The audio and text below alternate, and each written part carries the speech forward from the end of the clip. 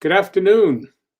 It's Dr. John Celestri, and it's let's see, it's a Wednesday afternoon at 3 p.m. Eastern Standard Time, and I'm going to be talking a bit about story beats. And but First, I think I'm just going to get started with the show and the opening, and and I'll be back as soon as I finish.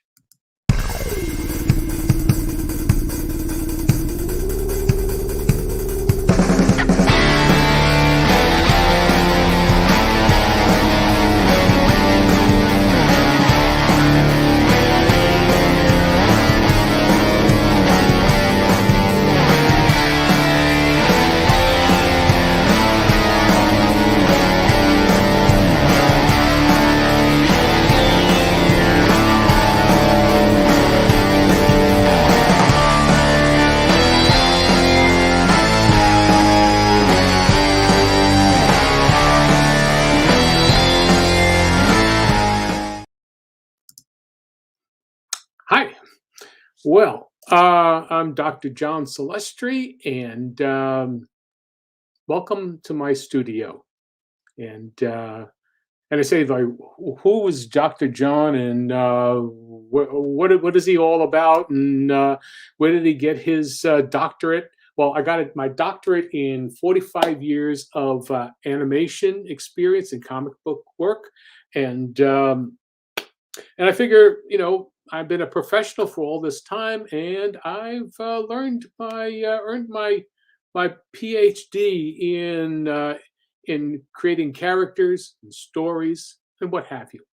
So, anyway, um, we're going to let's see what I'm going to do here. I'm going to check and see if there's anybody out there. I've got. I'm going to take a look here at oh YouTube, and who's out there. I'll take a look here at oh there you go. I can't do that. All right, I learned my lesson. Never play around with the controls. Um, but anyway, today we're going to be talking about story beats. And first, though, I want to say that we are part of the Rising Tide Broadcast Network. Our rising tide raises all ships. Um, I'm part of this. I'm very glad to be part of this group of creatives who share their knowledge, and they try to help each other. And anybody who is looking at their shows, hopefully you will get information that is educational and is of use to you in your creativity. Um, I want to say I'll give you some of the shows that we have. The Never Mind the Furthermore with the brilliant Brian K. Morris. That's on Mondays, Wednesdays, and Friday mornings, I believe at 10 a.m. Eastern Standard Time. On Tuesdays and Thursday mornings, we have TED Talks with Ted Davies. These are all, sometimes they're talking about writing, sometimes production, sometimes promotion, or just the idea of being creative. And speaking of creative, the Dastardly Dingo podcast is on Tuesday nights, and there's a bunch of guys out of Kentucky, and well, you'll have to find out what it's like living in Kentucky. I'm over in Lexington. They're in Louisville. Anyway, and then on Saturday nights is From the Desk of a Small Press Publisher. That's Joe D. McPhee, and he's out of the Chicago area, as I understand. But he's been doing his comic book and publishing for a long while, and he has very interesting guests about who deal with the comic book industry and just being creative. So there you go. that's the group of people that I know right now that are involved similarly with cartooning and writing. There's a number of other broadcasters, but there's a lot here, and I don't have the updated uh, program sheet, a card. Otherwise, I would have put it up there. But some of the shows, this is an older thing that I printed out, and I'm just waiting to get the final okay from the powers at the headquarters. So let me just bring over my desk. I'm going to be doing, working with talking about beats and such. I'm going to see here. Just let me, if anybody, let's see, comments. Nope. Okay. I just wanted to make sure of this. Let me swing this over to here. Okay. Now, everybody talks about creating stories, and people say, well, if only, I mean, I have the artwork, I have these characters in my mind, in my head, and I know what they eat and drink and sleep, and I know where they went to high school, where they went to, who they were bullied by, in kindergarten. Well, that's all great. I think, and then they say, well, I need to have a story. I just don't know how to make a story. And so I learned the way of in animation, you tell stories by having beats. Like, there are elements in a story that are the basic pillars that you use. And it's not a straight line sometimes from pillar to pillar to pillar. I mean, you could have four corners, and that's great, but you have to have other things that happen. And that's a very I'm going to say, sometimes it's really boring just to say, okay, we're going to go from this point to that point to that point to that point, and then we're done. Well, that's a very it's very straightforward storytelling, but you need those posts to work with. But then you have to go in and out and create your characters, and there has to be motivations as to why they get to that point. And but beats are more than just the pillars. They're also the interactions and the play between, as they go from your characters from one point, one pillar to the other. That's the journey. That's the interesting aspect to it. And we have here Frater CR. I can't wait to see this, but I have no time right now. We'll watch it later. Good evening, John. Okay, yes. Good night. Bye. Yeah, he's in Europe, and Frater is has he's on a different time zone, but he's been around. He's come in and said hi in a lot of my other shows. So, but anyway, I miss you. I'll miss you, Frater. But you'll catch on this here. And when you can watch it on the on YouTube replay. All right. Now I'm going to do the story.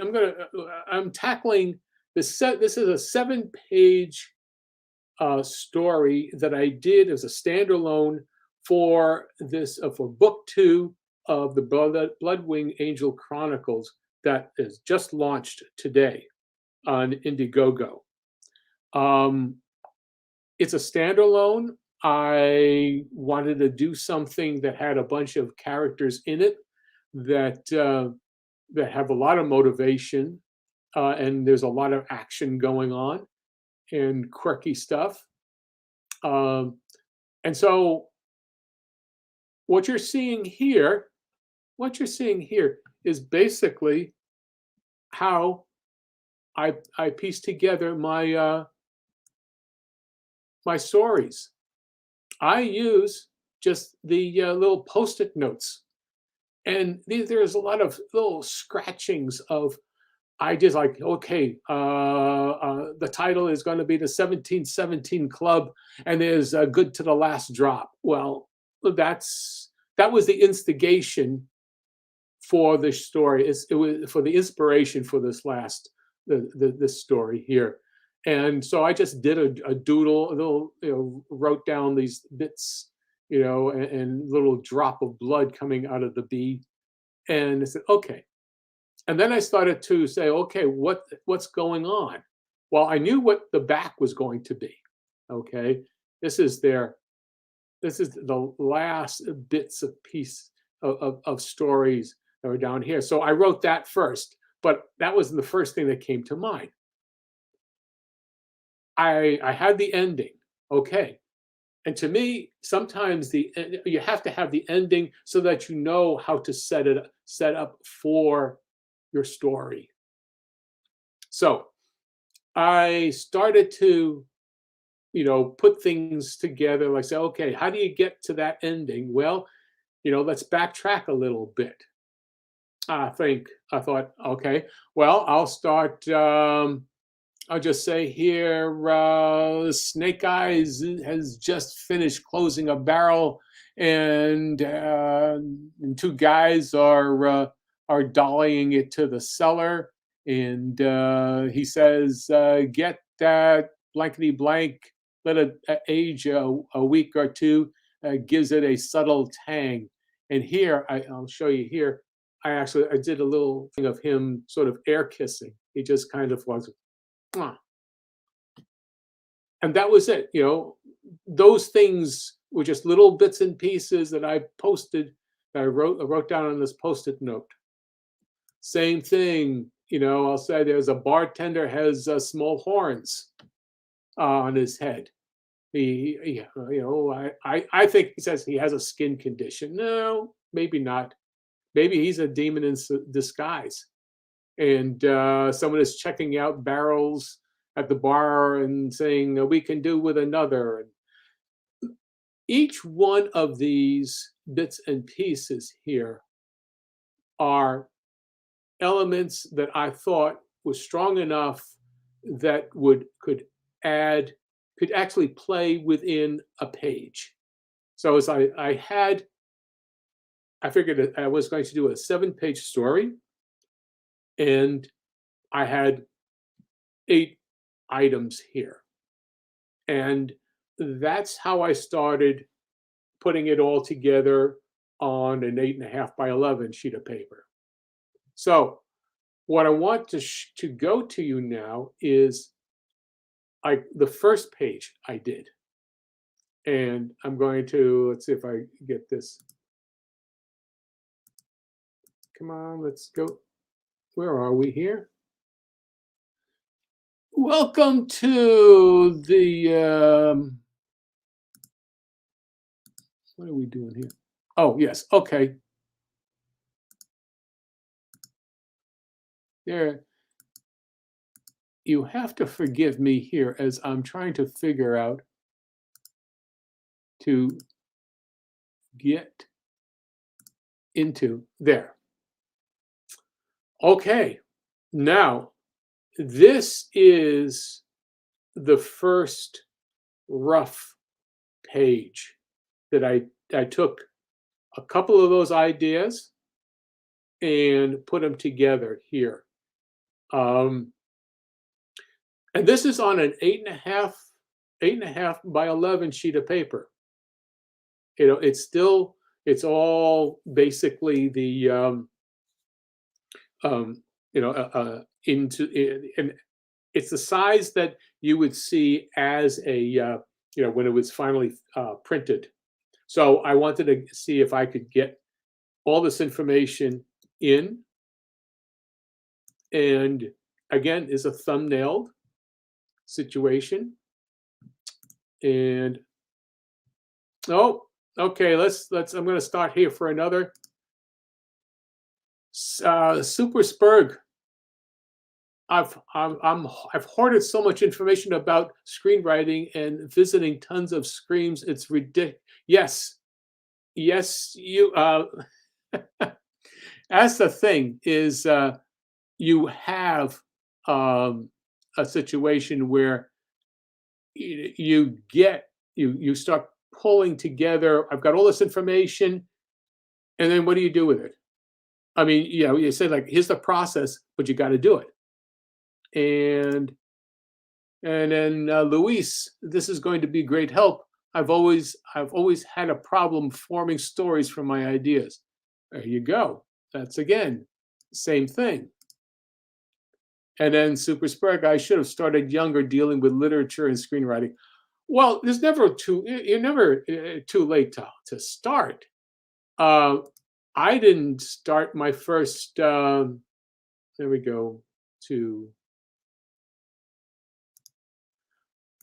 I didn't get started until I was writing until I was about 41 years old. I mean, I was always making my own stories, but I never, it was a long time before I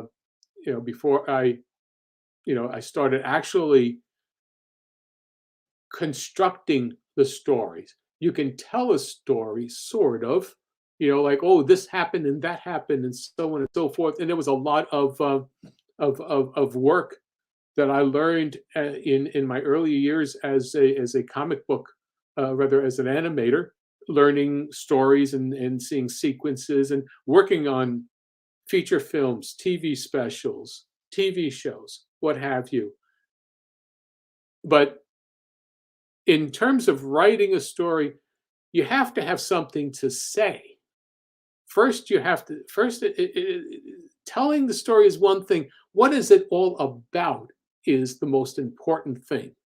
And then once you know what a story is all about, then you can start getting into and delving into the personalities and what motivates them and what do they do. Super Spurg, I just finished a 3-year screenwriting story. I feel kind of emotional that I kind of finished it. Yeah, well, yeah, and that does happen. When you're done, you're spent, and you say, "Wow, that's it's very, very, I don't know, almost a depression." It's kind of like giving birth. Let's put it this way: it's because you've had all this work, you've done all this stuff, you've seen it, and it's done. And sometimes you go, "Okay, I've had this as part of my life for such a while. I don't really want to let it go, and but yet you have to let it go." That's what it is. Okay, well, let me get back to this here. Um, so the good to the last drop business comes. I had this here, the 1717 Club. There, I'm doing that, and there's my drop of blood. And then you have a demonesque a figure with with wings and kind of a bat wingish kind of body here. And the title of this one is called The Midnight Special. Then I'm setting up, sets sex, drugs, rock and roll as over the awning. It's going into a building. It's a brick building of some sorts. It's a nightclub, and then um, there's dialogue coming out of this that leads into these characters, so that you know that they're talking. This again, this is a transitional element, and I use the dialogue balloons in that manner, so that you know this guy is talking, out here, and that's the same person here, and there he's ready to roll this barrel, and this guy is tapping away and banging away and shutting the lid on it. And there's an A. Well, we don't know what that's for. All we know it's a marking for them. Uh, and then there is the air kiss of mwah, or mwah, here as he kisses it. And says, yeah, he gives it a subtle tang for putting it aging. This guy is rolling this barrel back. It's heavy, obviously, and there's a bar, and the barkeep is talking to him and saying, "Well, we need there's some sort of dialogue here," and he says something like, "Pour me a glass of B on the rocks." All of this it's the opening page, and you say, okay, what is this all about?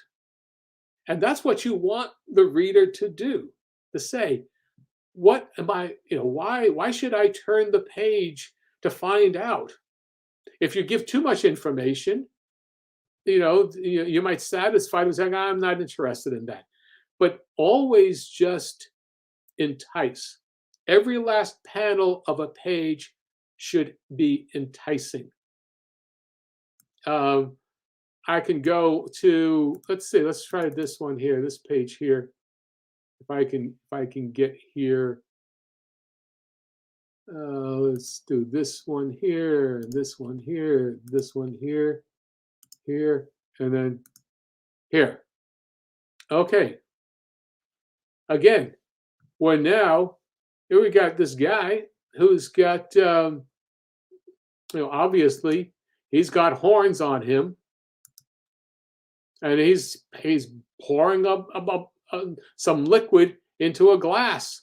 It looks like a shot glass, and so he's now calling over and saying, we got some problems. We're getting low on B, and this guy is obviously the boss.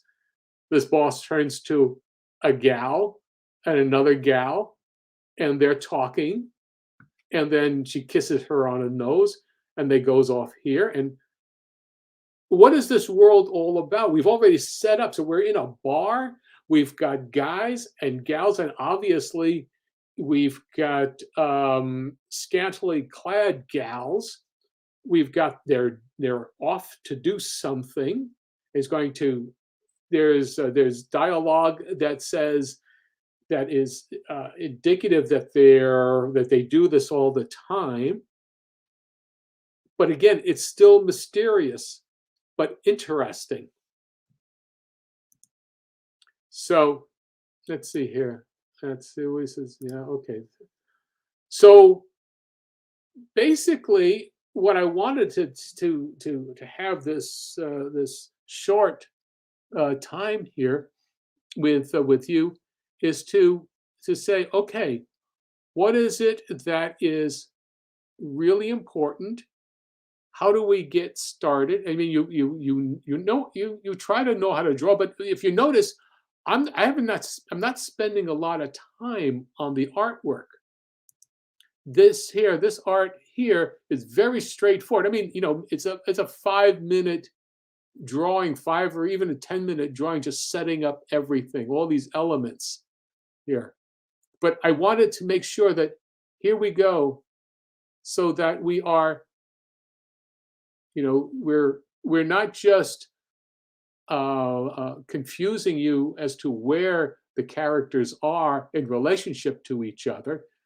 You start from, as I said before, we had this one here where it's here, okay, here to here.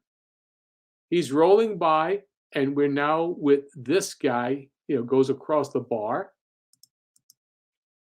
We're now seeing him, the bartender is working behind the bar here with the big cask of liquid, a barrel of liquid.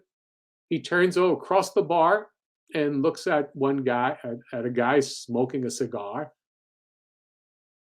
Turn, connection to that, connection here. Now, this one here I try to do as a very kind of a very stylistic way of transitioning. Instead of it just going through from balloon to balloon, I used the cigar smoke to frame this dialogue, this next balloon, trying to make it more interesting. Then there's a shock bar, shocking panels, because there's a bit of a spark here. And then we're now questioning as to what is the ripe one, and what does she always do, and what's the midnight special. And this guy is shuffling cards. Is there gambling here? What is happening? And that's what we're always trying to make the reader say, is what is happening. And we have, from the desk of a small press publisher, afternoon, John. I hope you have been enjoying the broadcast network like I have. Yes, I have. Yes, indeedy. And I am, I like this whole idea, and it's a way of communicating with each other and passing on our knowledge. I think it's great. But I'm about ready and finished here, because it's almost 3:30, and I've set a limit of a half hour to these, because unless there is a lot of back and forth with people on, as on screen with each other, and we can have a conversation. It really gets to a point where it's more of a it's almost like giving a class. And after a certain point, time period, there's nothing more that can be said. If it's been said in as concise a manner, then it's just being repetitive, and I don't want to do that. But I'll read our comments here. And Luis says, I think my problem is that I have hundreds of story plots, outlines, and summaries in over 500 characters, and I just don't know where to start. Okay, I'm not laughing at you at all. I think the biggest problem is there's too much. Why are you creating a universe all at once? Well, okay, let's get back. Let's step back a bit. You've created a universe. Choose a small sliver of that universe to tell a story that has a beginning, middle, and end. You've got all these rich characters. That's fine.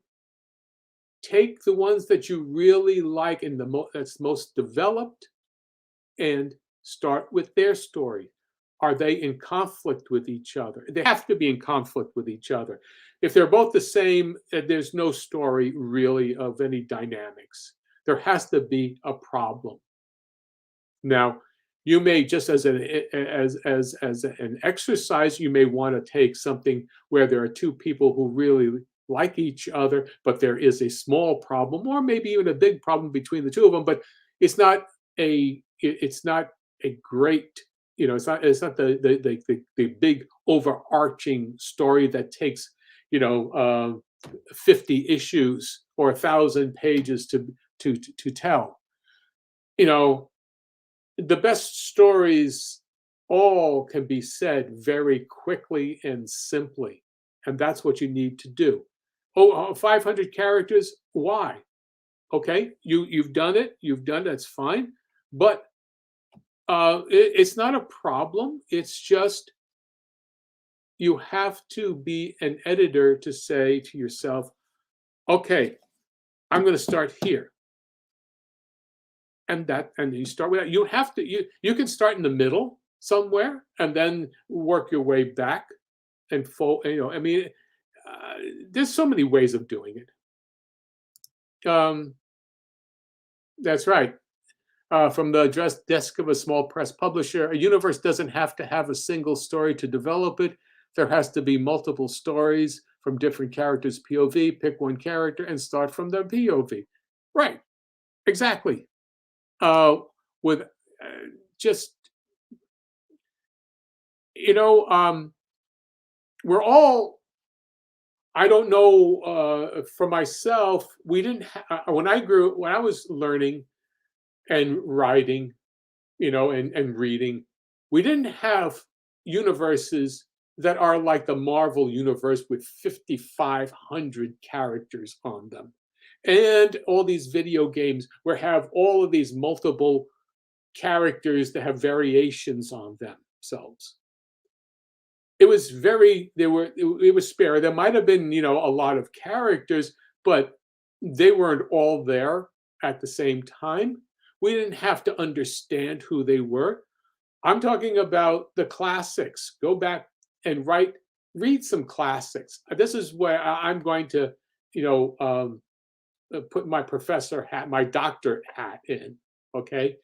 If you want to get started, just be simple. And that is the best medicine for for a good story. Tell a simple story first. Complexities come only after you've developed a simple idea. Then you add another simple idea and you resolve that one. Then you add another simple idea. And in the resolution of that third simple idea might kick and unravel the solution to the first thing where the characters say, wait a minute, we were all happy with this one. Why did you add this third character, this third story plot, and how that affects them in a timeline where they wind up getting hit by that third story. Simple is best. You keep adding some simple ideas on top of other simple ideas, but they're all building blocks. Simple ideas are the building blocks of a complex story. So that's what I'm going to, that's the prescription. That's what I'm writing for you. Tell a simple story in 30 words. Just give it. If you can't tell your basic story in 30 words, then you really don't know what the story is all about. And with that, if there's any other questions, any other statements, then I will easily, just say it's time to go, and I will wait for about 5 or 10 seconds for people to start up typing, and if not, I will say goodbye. So thank you for showing up. Thanks for your comments. Thanks for the chat here. And next week, I'll just carry on with some more stuff. But I will leave you with this: that that my story, Bloodwing Angel Chronicles, is now live on Indiegogo. There is I've got the link in with the. Let me see if I can do the link into the chat here. Hold on a second here. Never mind. Look it up on there's in the YouTube comments. In the summary underneath, I've got the link to the um, to live broadcast. But if you have my Twitter account or my YouTube account, you'll see that. You can link and go there, or just go to Indiegogo and just type in Bloodwing Angel Chronicles, and it's a book. Book 2 is now live, and I hope you take a look at it. And until next week, and Joe says, looking forward to the next episode or a master class on this stuff. Whatever. Thank you, Joe. Take care, and going to say goodbye now. Oh, I'm going to say this here. Bye. I'm